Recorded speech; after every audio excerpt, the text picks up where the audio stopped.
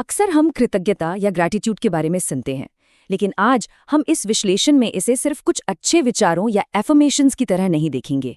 आज हम इस सोर्स मटेरियल के जरिए कृतज्ञता को एक प्रॉपर स्ट्रक्चर्ड फ्रेमवर्क की तरह डिकोड करेंगे, एक ऐसा ढांचा जो जीवन को देखने का पूरा नजरिया ही बदल सकता है।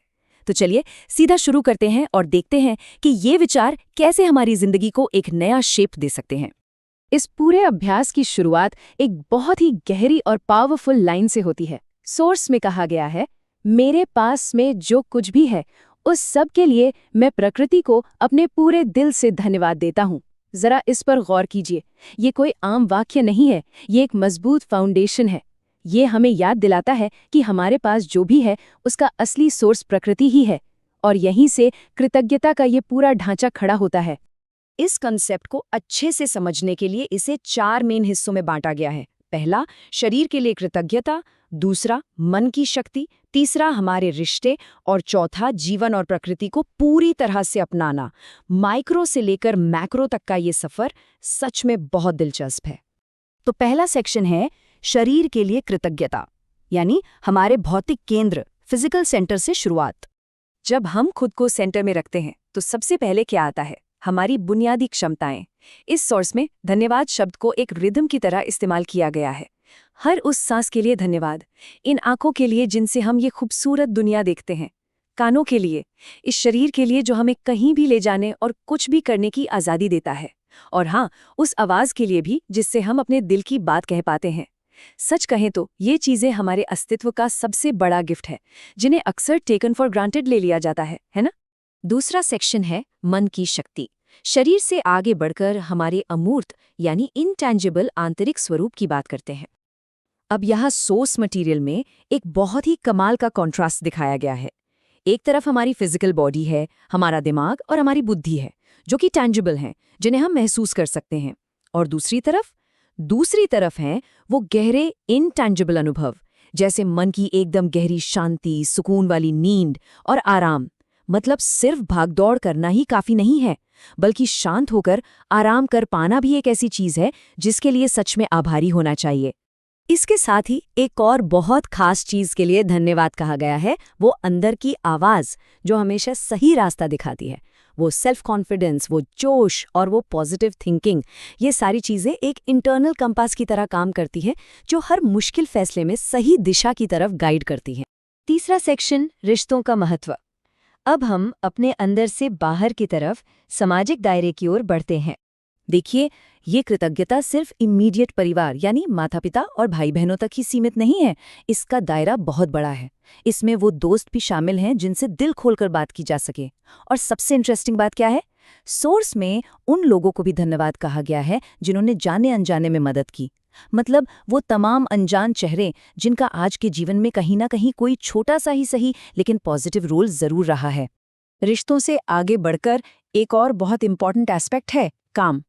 सोर्स कहता है, मेरे काम का धन्यवाद जिसकी वजह से मैं एक अच्छी जिंदगी जी पा रहा हूं। अब यहाँ कनेक्ट करके देखिए, जिन शारीरिक और मानसिक क्षमताओं की बात हमने पहले की थी, असल में वही क्षमताएं काम करने की ताकत देती हैं, और उसी काम से एक अच्छी और स्टेबल लाइफ बनती है। सब कुछ आपस में कितनी गहराई से जुड़ा हुआ है। और अब चौथा और आखिरी सेक्शन, जीवन और प्रकृति को अपनाना। ये हमारे अस्तित्व का सबसे मैक्रो यानी सबसे बड़ा लेवल है। जब जिंदगी की बात होती है तो एक बात पक्की है कि उतार चढ़ाव तो आएंगे ही, पर यहाँ सोर्स से एक बहुत ही थॉट प्रोवोकिंग यानी सोचने पर मजबूर करने वाला सवाल उठता है। अच्छे वक्त के लिए तो हर कोई ग्रेटफुल होता है, लेकिन जीवन के इन संघर्षों और बुरे वक्त के लिए कृतज्ञता क्यों? कठिन समय के लिए धन्यवाद क्यों कहना चाहिए? इसका जो जवाब मिलता है ना, वो सच में बहुत एम्पावरिंग है।